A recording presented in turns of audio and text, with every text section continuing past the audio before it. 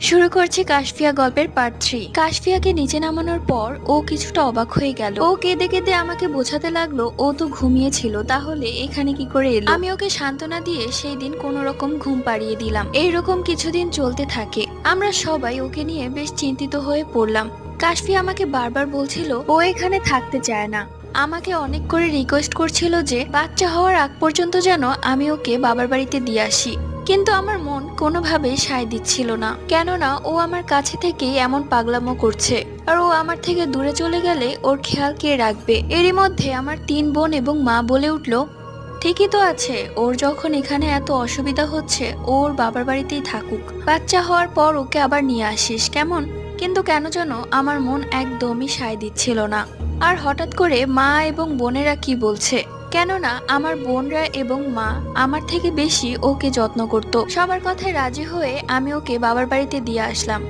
কিন্তু আমি 2 মিনিট পর পরই ফোন দিয়ে ওর অবস্থা জানার চেষ্টা করতাম। এইদিকে আমার বাসার অবস্থা একদমই অন্যরকম। হঠাৎ করে যেন সবকিছুই চেঞ্জ হয়ে গেল। আমাকে কাছে পেলেই আমার বোনেরা এবং মা আমার বউয়ের নামে উল্টাপাল্টা বদনাম করতে লাগলো। আমার মা বলল, তুই তো অফিসে চলে যাস, তোর বউ কি করে তুই জানিস। তখনই আমার বোনেরা বলে উঠলো, আমার মনে হয় ভাবি অন্য একটা ছেলের সাথে সম্পর্ক করেছে, দেখছিসই তো এখন নিজের ইচ্ছা চলে গেল, আমাদের কারো কথাই শুনলো না। এইসব কথা শুনে আমার মনেও কিছুটা খটকা লাগতে শুরু করলো। আসলেই তো ও আমাকে ভালোবাসে, ও আমাকে ছেড়ে যাওয়ার কথা না, তাহলে এই পরিস্থিতিতে ও কেন যেতে চাইলো। আস্তে আস্তে আমার মনে সন্দেহ ঢুকে গেল। আমি ওকে 2 মিনিট পর পর না 1 সেকেন্ড পর পর ফোন করতাম। 1-2 ঘন্টা পর পরই ওর বাড়িতে চলে যেতাম, এইটা দেখার জন্য যে ওর বাড়িতে কেউ আসছে কিনা অথবা ও কোথাও যাচ্ছে কিনা।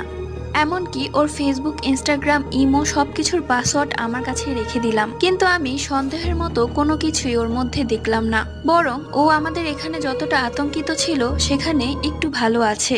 একদিন অফিস শেষে বাড়ি এসে দেখলাম মায়ের হাতে অনেকগুলো মেয়ের ছবি। আমি মাকে বললাম, এইগুলা কার ছবি।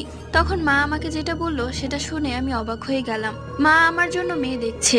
আমি মাকে বললাম, মা তুমি কি পাগল হয়ে গেছো, তুমি কি জানো না আমি বিবাহিত, আর আমার বউ তো অন্তঃসত্ত্বা, তাহলে এগুলোর মানে কি।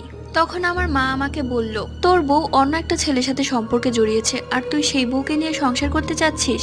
এই বউকে আমি কোনোদিনও মেনে নিব না, তোর জন্য আমি মেয়ে দেখছি। এরই মধ্যে আমার বোন তার ফোন নিয়ে আমার কাছে এলো। এখানে ছিল আমার বউয়ের ফেক স্ক্রিনশট। পরবর্তী গল্প পার্ট 4।